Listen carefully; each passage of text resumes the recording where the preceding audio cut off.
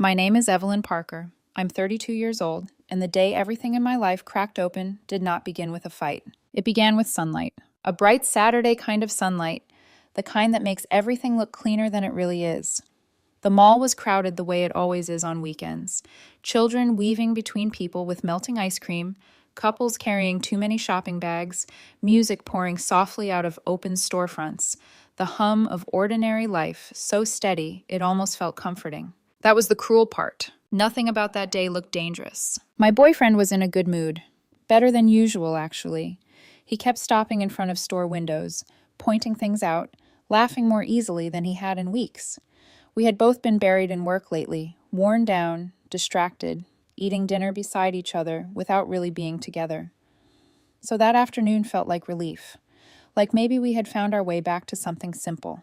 At one point, he lifted a pair of shoes and grinned. "Look at these," he said. "Tell me these aren't perfect." I glanced at the price tag and gave him a look. "You bought 2 pairs last month."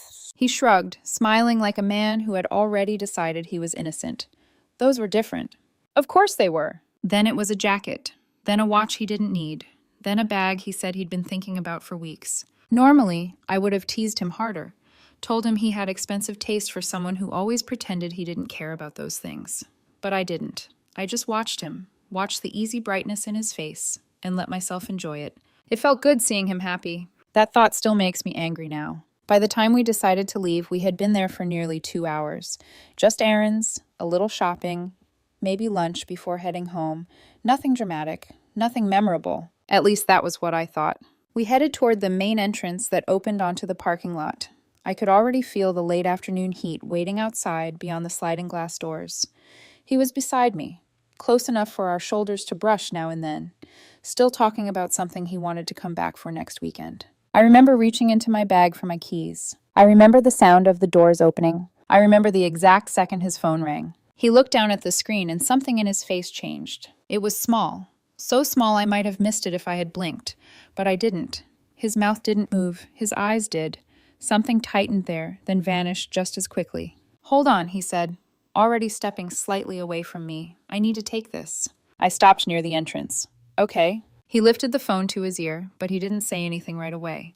He just turned his body a little, as if by instinct. Then he looked back at me. "Can you grab the car and pull up?" he asked. "I'll wait right here." It sounded normal. That was the problem. It sounded so normal that there was nothing for my mind to grab onto. People take calls. People step aside. People ask their partners to bring the car around all the time. "Sure," I said. "Be right back." He gave me a distracted nod. Then his attention went right back to the phone. I turned and walked toward the parking lot. The light outside was sharp and white, bouncing off windshields and hot asphalt. Rows of cars stretched across the lot. Somewhere nearby, a child was crying. Shopping bags rustled. A cart clattered across the pavement. It was all painfully ordinary. I had taken maybe 20 steps when I heard a voice behind me. "Ma'am?" I turned. An older security guard was walking toward me. He had gray hair, tired shoulders, and the careful expression of someone who had spent years watching people without being noticed by them. There was nothing aggressive in the way he approached me, but there was something deliberate about it that made my stomach tense before I even knew why. "Yes?" He looked past me first, toward the mall entrance, then back at me. "Is that man standing by the doors your boyfriend?" I followed his gaze. He was still there, one hand in his pocket, phone to his ear, head slightly lowered, like he was caught in a conversation he couldn't avoid. I looked back at the guard. "Yes, why?" The guard hesitated long enough for my chest to tighten. Then he stepped closer and lowered his voice. "I think you need to come with me." For a second, my brain jumped to the worst thing possible. "What happened?" I asked immediately. "Is he okay?" The guard lifted a hand. "He's fine." "Then what is it?" His face shifted into the kind of expression people wear when they know they're about to ruin somebody's day. "We have cameras on the entrance," he said carefully. "There's something you should see." Everything inside me went still. I didn't argue. I didn't ask another question. I just followed him. He led me toward the small security office near the edge of the parking lot. The room inside was cool, dim, and humming softly with electricity. Several monitors lined the wall, each showing a different angle of the property. Entrances, escalators, corridors, parking lanes. The guard sat in front of one screen and motioned for me to stand beside him. "This camera faces the main entrance," he said. My throat felt dry. "Why are you showing me this?" He didn't answer right away. He rewound the footage. I watched the timestamp roll back a few minutes. Then he pressed play. There we were, the two of us walking out of the mall exactly as I remembered it. My boyfriend beside me reaching into my bag, the two of us slowing near the doors. His phone rang. He stepped aside. I started walking toward the lot. The guard paused the video. Watch carefully now, he said. Something cold moved through me. He pressed play again. The moment I disappeared from the frame, my boyfriend lowered the phone from his ear. Not slowly, not absent-mindedly. He lowered it with the kind of ease that comes from no longer needing to pretend. I stared at the screen. He glanced around once. Quick, sharp, not confused, not casual, checking. Then a black sedan rolled up near the curb. It happened so smoothly it made me feel sick before I even understood why. The passenger door opened, and my boyfriend got in. I actually blinked, like my own eyes had made a mistake. What? The word barely came out. The guard said nothing. He just let the video continue. The car stayed parked by the curb for a few seconds. My heartbeat started pounding so hard it felt physical, like something knocking against my ribs from the inside. Then the driver turned toward him. The angle was grainy, slightly off, but not off enough. I saw his face tilt. I saw her lean in. I saw them kiss. The room changed shape around me. For a moment, I could still hear the hum of the monitors, the faint buzz of the overhead light, the noise from outside bleeding through the walls, and yet all of it felt distant, as if I had been pushed underwater. My body was still standing there, but something inside me had taken one step backward and refused to come forward again. "Who is that?" I asked. My voice didn't sound like mine. The guard exhaled slowly. "I don't know, ma'am." I kept staring at the screen. My boyfriend was inside another woman's car, kissing her less than a minute after asking me to go get ours. "I've seen that vehicle here before," the guard added quietly. I turned to look at him so fast it made my neck hurt. "What?" He seemed reluctant now, as though he regretted how much he knew.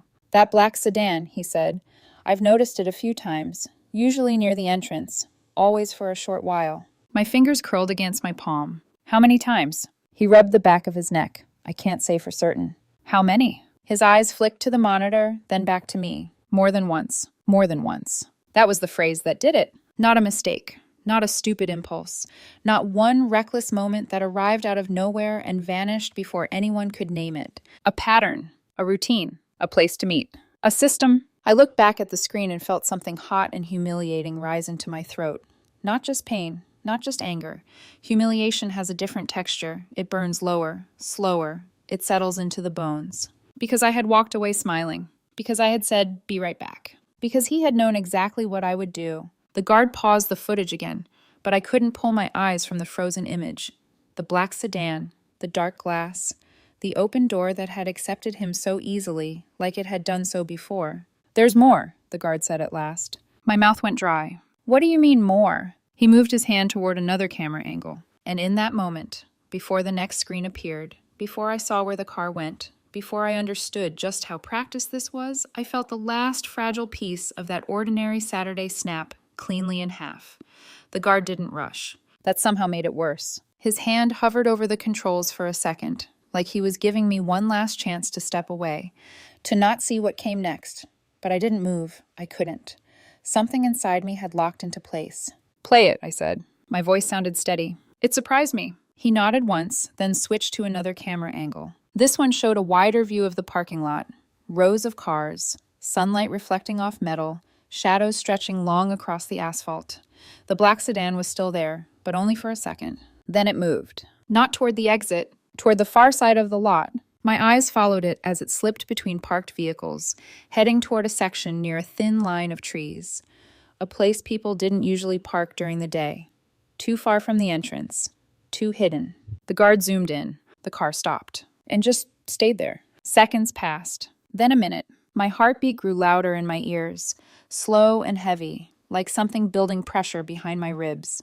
"What are they doing?" I asked. The guard didn't answer. He didn't need to. Inside the car, something shifted. A shadow leaned. Another followed. Even through the grainy quality of the camera, even through the distance and the glare, there was no mistaking it. They were kissing again. Not rushed, not uncertain. Comfortable, familiar. My fingers curled tightly into my palm. I didn't realize how hard until my nails started to hurt. I forced myself not to look away, because looking away would mean I still had a choice. And I didn't want a choice anymore. I wanted the truth. All of it. The car didn't move for several minutes. Time stretched in a strange way, too slow and too fast at the same time.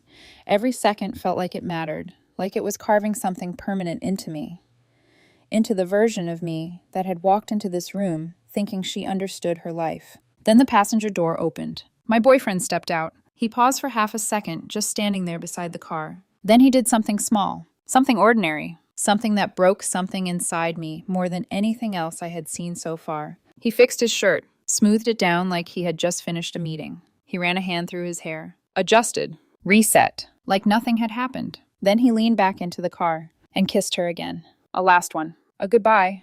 The kind of kiss that only happens when you know you'll see each other again. He stepped back. The door closed. The sedan pulled away, slipping out from behind the parked cars and heading toward the exit. And him? He turned and walked back toward the mall entrance. Toward me, like he had never left. The guard paused the footage. The room went quiet again. Too quiet. How many times? I asked. This time my voice came out lower, heavier. He exhaled slowly. I've seen that car here a few times. How many? He hesitated. 4, he said. Then, after a beat, maybe 5. My stomach dropped. How long? About a month. A month. That meant this wasn't new. It meant there had been other Saturdays, other quick phone calls, other moments where I had turned my back for just long enough. My phone buzzed in my hand.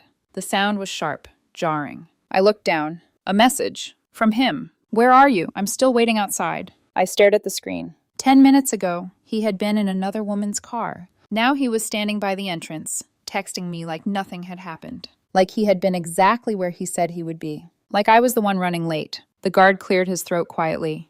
What are you going to do?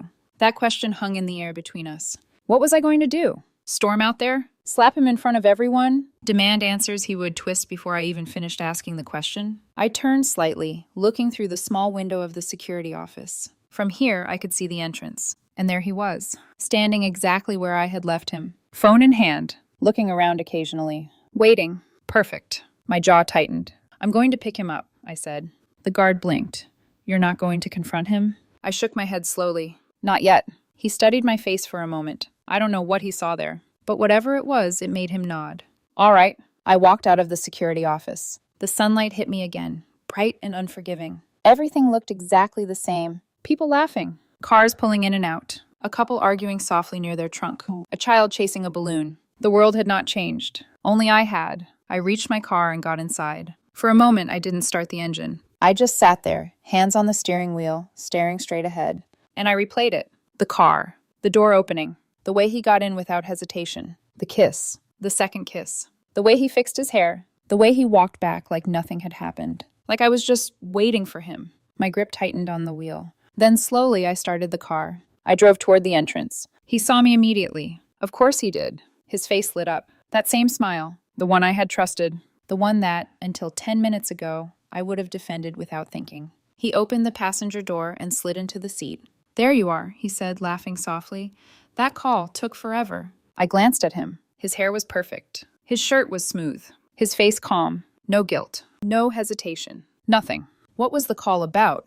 I asked. My voice was steady, controlled. He shrugged, buckling his seatbelt. Just someone from work. Needed help with something. I nodded once. A coworker? He didn't even look at me. Yeah. Then he leaned back, already shifting into something else. You should have seen these boots, he said. They were amazing. And on sale, too. I kept my eyes on the road. That's good, I said. Maybe we should come back next weekend, he added. There were a few more things I want to check out. I almost smiled. Almost. Sure, I said. Because in that moment, something became very clear to me. He thought he was careful. He thought he was smart. He thought I had no idea what had just happened 10 minutes before he got into my car. And that was his mistake. We drove home. He talked the entire way. About a movie he wanted to watch. A restaurant he wanted to try. Plans for the upcoming holiday. A future that apparently still included me. I listened. I responded when I had to. But inside, everything had shifted. There was only one question left. Who was she? And I didn't have to wait long for the answer. Because 2 days later, I saw that same black car again. This time, it wasn't in a crowded mall parking lot. It was parked right outside my office building. For a second, I thought my mind was playing tricks on me, that maybe I had been looking for it so hard that I was starting to see it everywhere.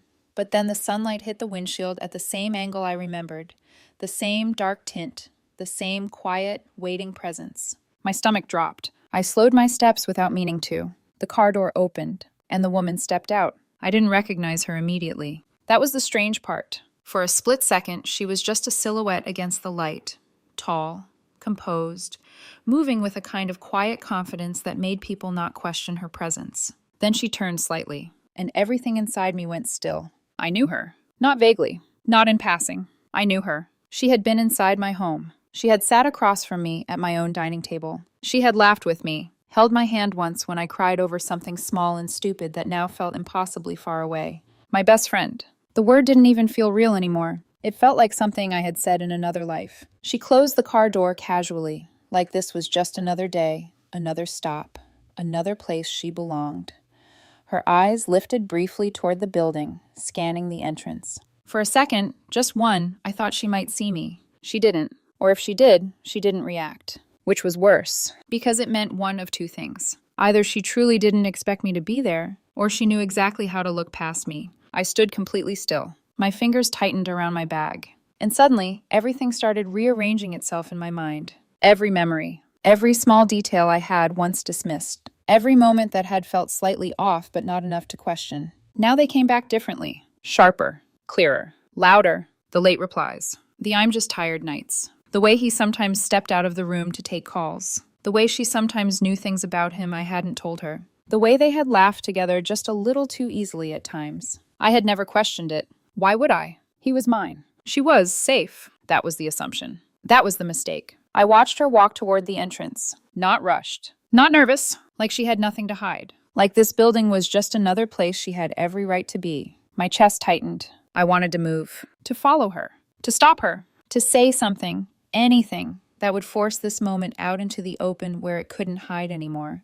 But I didn't, because something deeper than anger had settled in me now. Something colder. If I confronted her here, she would deny it. If I confronted him later, he would twist it. They would look at me like I was overreacting. Like I had misunderstood. Like I had imagined something that wasn't real. And for the first time, I realized how dangerous that would be. Because I had already seen the truth. Clear. Unarguable. Recorded. I wasn't guessing anymore. I knew, and knowing gave me something I hadn't had before. Control. I turned slightly, stepping back into the shadow of the building entrance. I watched her disappear inside. I didn't follow. Not yet. Instead, I pulled out my phone. My thumb hovered over her name. Still saved exactly the same way. No distance. No hesitation. Just familiarity. I stared at it for a long second. Then I locked the screen. Not yet. If this had been going on for a month, then there was more. More than a few meetings. More than a few lies. More than what I had already seen. I needed to understand how deep it went. That was the difference now. I wasn't reacting.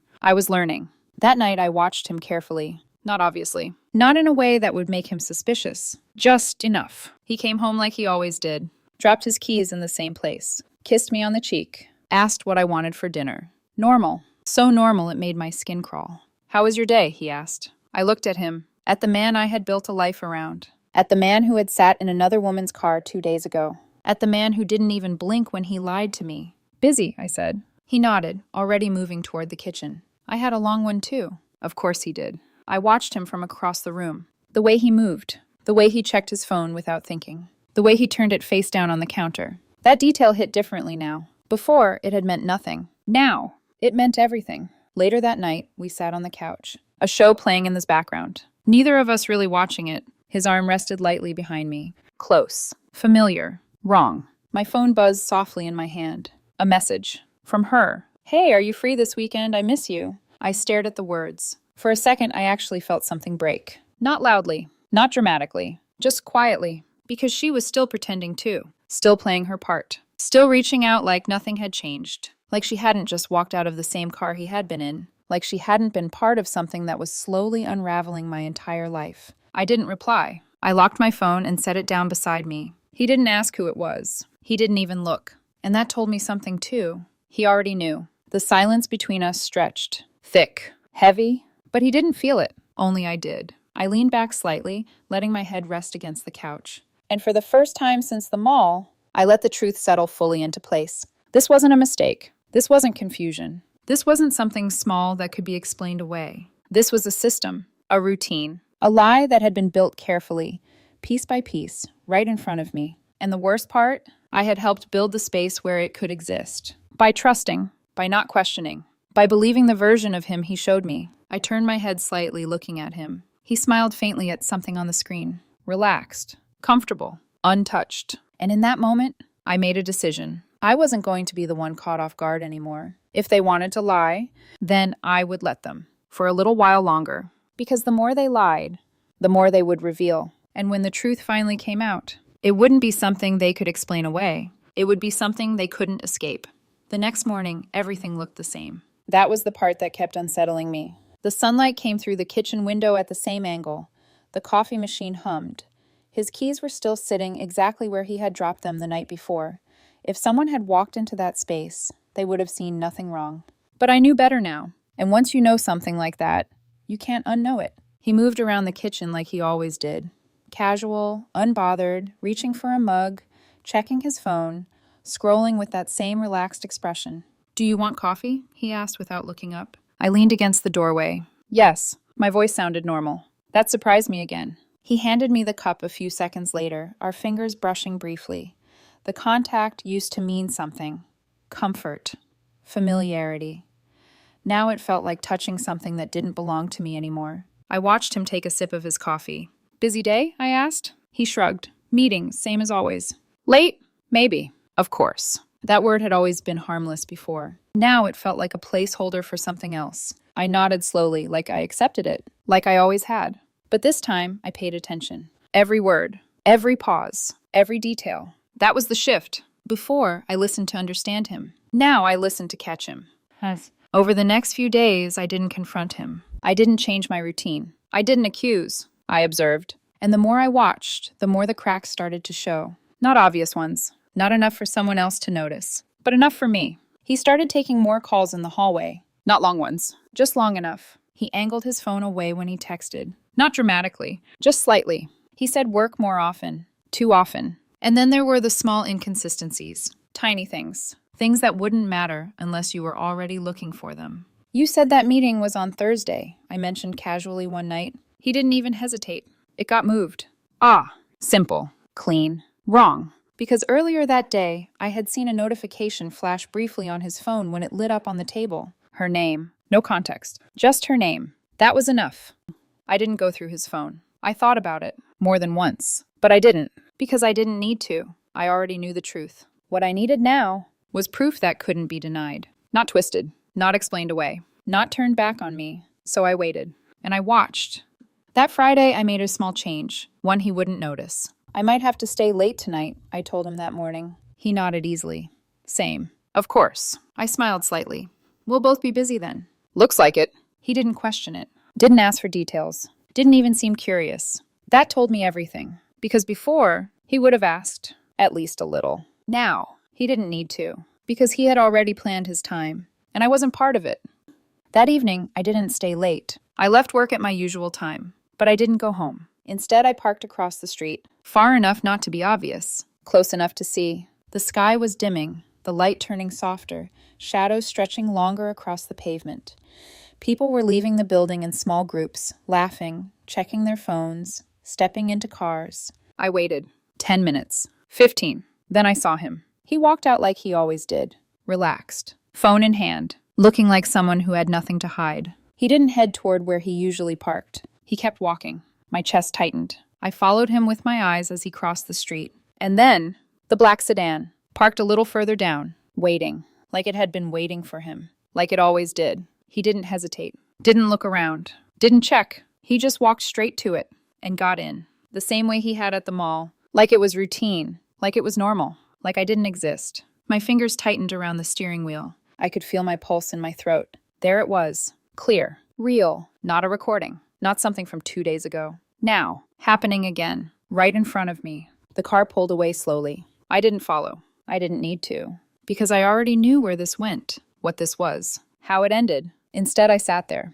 still, silent. And something inside me finally settled. Not the pain. That was still there. Sharp, heavy. But underneath it, something else. Clarity. This wasn't confusion anymore. This wasn't doubt. This was a decision. His. Repeated. Chosen. Again and again. And now, it was time for mine. When I got home later that night, he was already there. Of course he was, sitting on the couch, watching something, looking exactly like someone who had just come home from a long day at work. He glanced up when I walked in. "Told you I'd be late," he said lightly. I nodded, setting my bag down. "Yeah." I looked at him. Really looked. At the man who could lie this easily, this smoothly, this consistently. And for the first time, I didn't feel the urge to ask him anything. Because I didn't need answers anymore. I had them. What I needed now was timing. Perfect timing. And suddenly, I knew exactly how I was going to get it. Timing, I realized, was everything. Not anger. Not confrontation. Not even the truth on its own. Because truth, when given too early, becomes something people fight. Something they twist. Something they dilute until it sounds like misunderstanding instead of betrayal. I wasn't going to give them that chance. I wasn't going to walk into a conversation and let him reshape reality in real time while I stood there trying to prove what I already knew. No. If this was going to end, it was going to end clean. And undeniable. The idea came to me quietly. Not dramatic. Not sudden. Just obvious. A dinner. Something normal. Something familiar. Something neither of them would question. That was the key. They still believed I didn't know. Which meant they still felt safe. And people who feel safe make mistakes. "Hey," I said casually one evening, standing in the kitchen while he scrolled through his phone. "We haven't had her over in a while." He didn't look up immediately. "Who?" I kept my tone light. "My best friend." There was a pause. Not long, but long enough. Then he nodded. "Yeah, sure, that could be nice." Could be nice. The words almost made me smile. "Friday?" I suggested. He shrugged. "Works for me." Of course it did. Because in his mind, Friday was just another normal night. Just another version of the lie he had been living. I texted her next. "Dinner this Friday? I miss you." I stared at the message before sending it. There was a time when those words would have been true without hesitation. Now, they felt like something else entirely. She replied quickly. Too quickly. I'd love that. Of course she would, because neither of them had any reason to be afraid. Not yet. Friday came slowly. Every hour felt deliberate. Measured. I moved through the day like I always did. Work, emails, small conversations that didn't matter.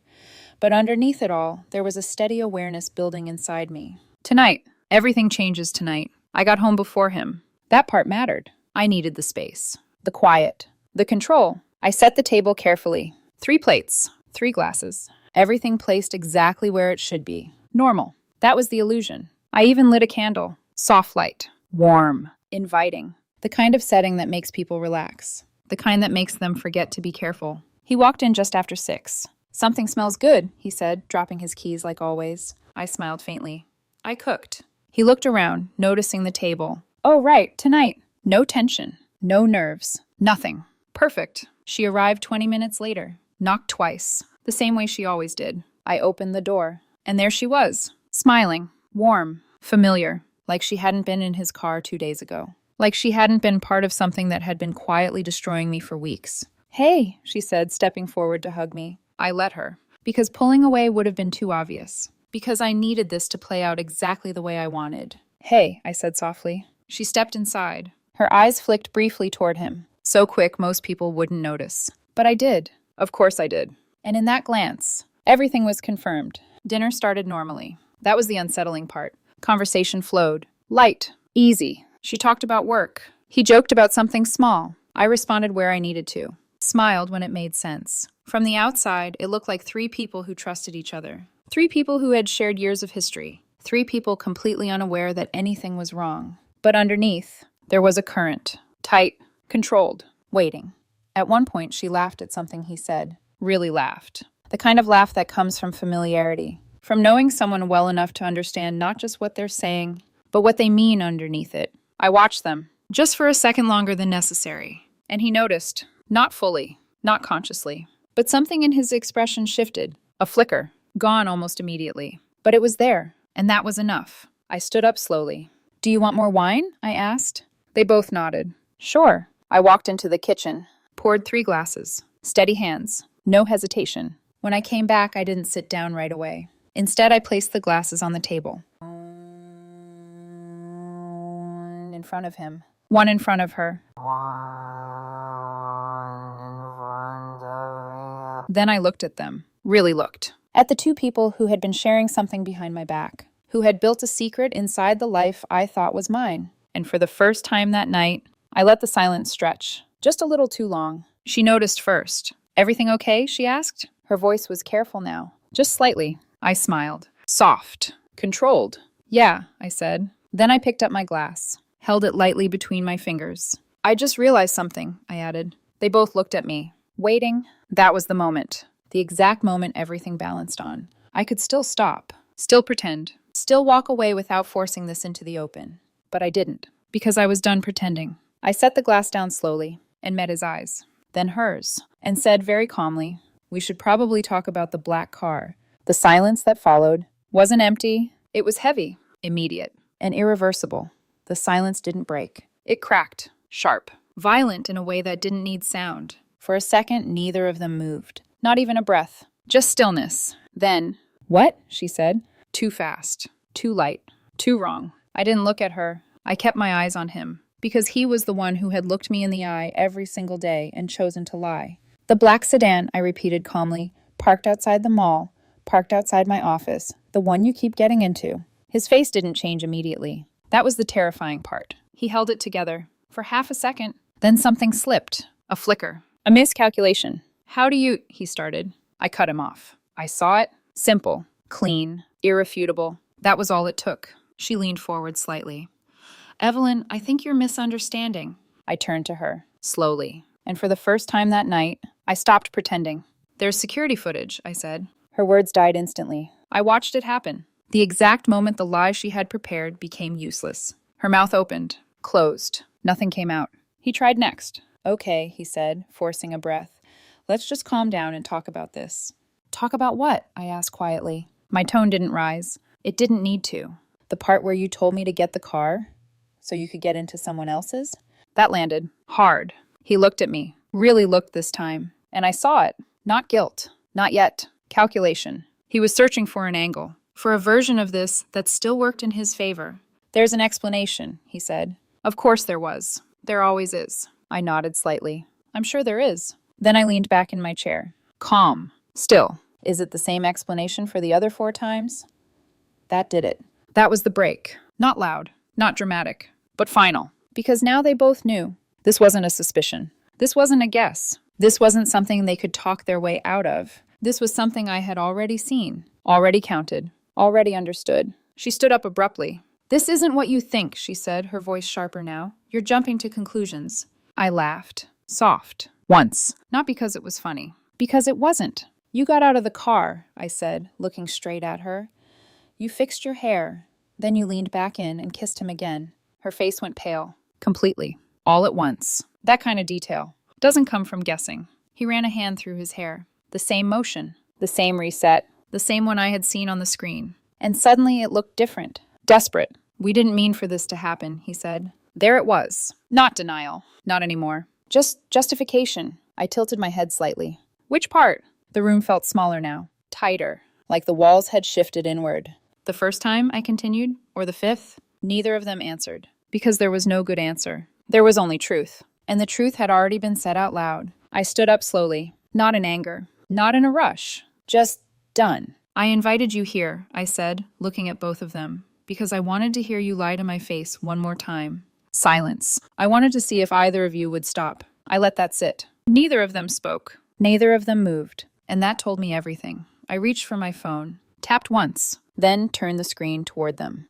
The video. Paused. Right at the moment he got into the car. Right before everything else. Their eyes dropped to it, and I watched the recognition hit. Slow. Heavy. Unavoidable. "That's enough," I said quietly, lowering the phone again. "I don't need anything else." And I didn't. Not explanations. Not apologies. Not promises that this meant nothing. Because it meant something. It meant exactly what it was. A choice. Repeated. Hidden. Maintained. He stood up quickly. "Evelyn, wait." I stepped back. Not far. Just enough. "Don't." One word. Flat. Final. He stopped. Because something in my voice told him this wasn't a moment he could fix. She looked at me. Really looked. For the first time since she walked in. And there was something there now. Not guilt. Not fully. But something close to fear. "You're overreacting," she said weakly. It almost sounded like she was trying to convince herself. I held her gaze. "No," I said softly. "I'm finally reacting correctly." The room went quiet again. But this time, it felt different. Lighter. Cleaner. Like something heavy had finally been pulled out into the open. I walked to the door, opened it, and stepped aside. Neither of them moved at first. Then she did. Slowly. carefully, like she wasn't sure what would happen if she got too close. She walked past me without touching me, without speaking, without looking back. He followed a second later, but he hesitated at the doorway. Of course he did, because that's what people like him do. They hesitate when it's already over. Evelyn, I didn't look at him. I saw everything, I said. Quiet, unshaken. And I'm done.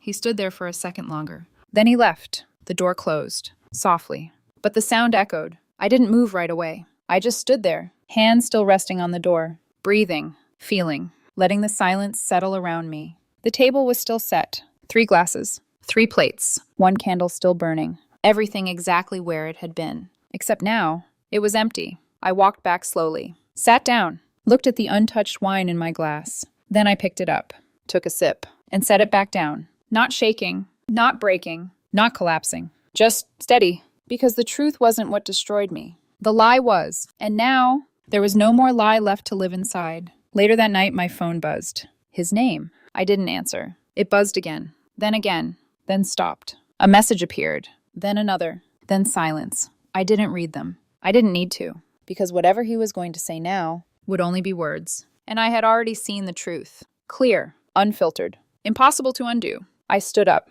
blew out the candle, and let the room fall into darkness. Not empty, not broken, just quiet. And for the first time in a long time, honest.